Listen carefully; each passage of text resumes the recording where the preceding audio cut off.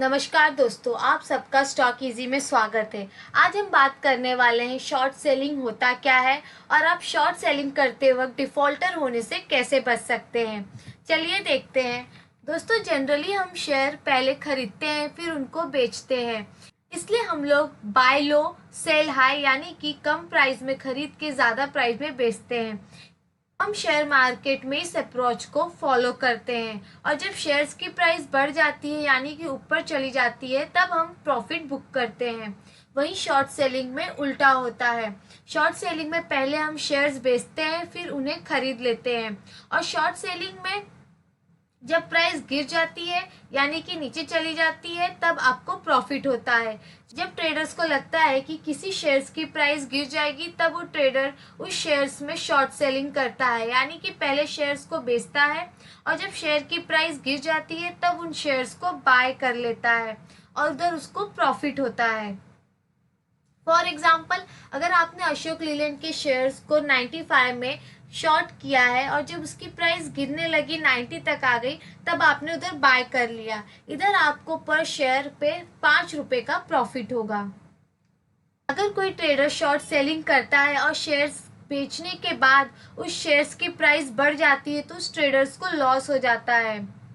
आप cash market में intraday के लिए शेयर शॉर्ट सेल कर सकते हैं यानी कि शेयर्स बेचकर उसी दिन आपको स्टॉक मार्केट क्लोज होने के पहले ही आपको शेयर्स खरीद लेना होगा। फॉर एग्जाम्पल, अगर आप आज अशोक लीलैंड के शेयर्स को शॉर्ट करना चाहते हो और आपने अशोक लीलैंड के 50 शेयर को शॉर्ट कर दिया तो आपको अशोक लीलैंड के 50 शेयर मार्केट क्लोज होने के पहले ही खरीदने होंगे। अगर आप अशोक लीलैंड के 50 शेयर उस दिन खरीदना भूल जाते हो या किसी कारण उस शेयर्स को उस दिन नहीं खरीद पाते हो तो आप डिफॉल्टर बन जाते हो और इस सिचुएशन को शॉर्ट डिलीवरी बोलते हैं। ये शॉर्ट डिलीवरी क्या होता है, चलिए हम उसको देखते हैं। इंडियन स्टॉक मार्केट में शेयर्स की सेटलमेंट T+2 साइकिल के अनुसार होती है। अगर आप मंडे को शेयर्स खरीदते हो तो वो शेयर्स आपके डीमेट अकाउंट में T+2 यानी कि वेडनेसडे को आएगी और पैसे वेडनेसडे को ही मिलेंगे। आपके बेचे हुए शेयर्स आपसे जिसने खरीदे हुए हैं उनको देने होंगे। इसके बारे में स्टॉक एक्सचेंज को T+1 डे यानी जिस दिन आपने शेयर्स बेचे हैं उसके दूसरे दिन पता चलता है। इसलिए जब आप इंट्राडे में शॉर्ट सेलिंग करते हो यानी कि शेयर्स बेच के उसी दिन खरीद लेते हो तब आप स्टॉक एक्सचेंज को आपके ऑब्लिगेशन के बारे में पता नहीं चलता है। इसलिए जब आप इंट्राडे में शॉर्ट सेलिंग करते हो तब आपको उन बेचे हुए शेयर्स की डिलीवरी देने की ज़रूरत नहीं होती है।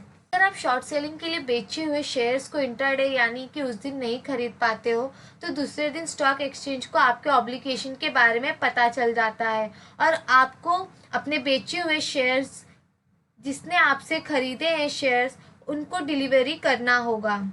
फॉर एग्जाम्पल, आपने अशोक लीलैंड के 50 शेयर शॉर्ट सेलिंग के लिए बेचे हैं, उनको किसी कारण इंट्राडे में आप खरीद नहीं पाते हो तब आपको अपने 50 शेयर्स बेचे हैं उन शेयर्स को जिसने आपसे वो शेयर्स खरीदे हुए हैं उसे डिलीवर करने होंगे, लेकिन आपके पास अशोक लीलैंड के 50 शेयर्स है ही नहीं तो आप अशोक लीलैंड के 50 शेयर्स की डिलीवरी कहाँ से देंगे।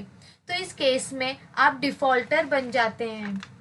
पर स्टॉक एक्सचेंज इसका इफेक्ट जिसने आपसे शेयर्स खरीदे हुए हैं उन पर नहीं पड़ने देता है। स्टॉक एक्सचेंज ऑक्शन मार्केट से वो शेयर्स खरीद कर जिसने आपसे वो शेयर्स खरीदे हैं उनको वो शेयर्स दे देते हैं।